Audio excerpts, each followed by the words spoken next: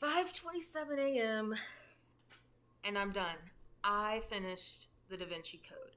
And it's funny, this book takes place within like 48 hours, and that's pretty much what it took me to read it. I mean, obviously I had stuff to do today, and I didn't start reading till like 5 p.m. yesterday, or the day before. I don't know. It's 5:30 January 7th. I started reading it at like 5 p.m. January 5th. And I think if we add up all those hours, it kind of adds to like probably maybe about 9 hours I spent actually reading this. Final verdict. Star rating 3.5. As I said earlier, Dan Brown can tell a wonderful story, but he can't write. They're very different.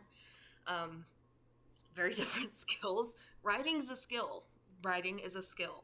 And storytelling is a skill. They're different. When you put them together, you get greatness. You get great books. You get, I don't know what to compare what would be the like a great version of the Da Vinci Code. But when you pair good writing with good storytelling, you get George R.R. Martin. You get James Joyce.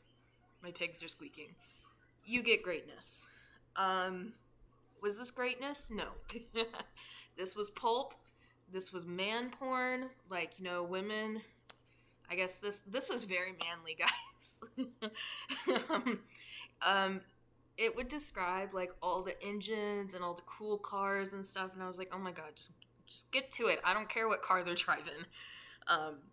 And one of the more annoying things about this is every time a character is introduced, they will describe like exactly what that character is wearing, exactly what they look like. Like, there are graceful, more finessed ways to do that come with honing your writing skill. So 3.5 stars. Why this pissed so many people off is comes down to this. This is something the book does, and this is something that religion does, is that it mistakes symbols for artifacts. And artifacts can be used as evidence. Symbols aren't evidence in themselves.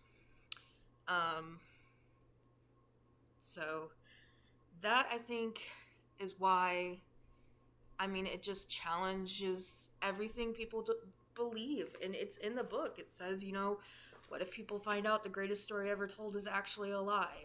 Personally, I think it is and always has been. But, yeah, so I teach research at school, so finding evidence is very, very important. And in this book, all the symbols they interpret and all that crap, that leads them to artifacts. So that's where these conspiracy theorists kind of go crazy. They get this symbology in certain things. They think it means something else. They think it proves their point. Like, oh, look, this is a blade and chalice. This symbol proves. It doesn't.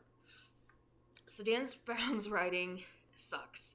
And the ending to this is very, very different than the ending in the movie. And I was left actually wanting more. I want to know more about Sophie. I think if Sophie's performance in the movie, the woman who played her, I think if she had a little more life to her, that the movie would have been vastly different. Yes, it makes critical changes to certain plot elements that don't work, especially towards the end. Sophie was very much more a damsel in distress in the movie than she was kind of the femme fatale she is here. Robert Langdon, the main character, I think in every book he has a different woman. So it's like, we have Bond girls, he's got like Langdon girls.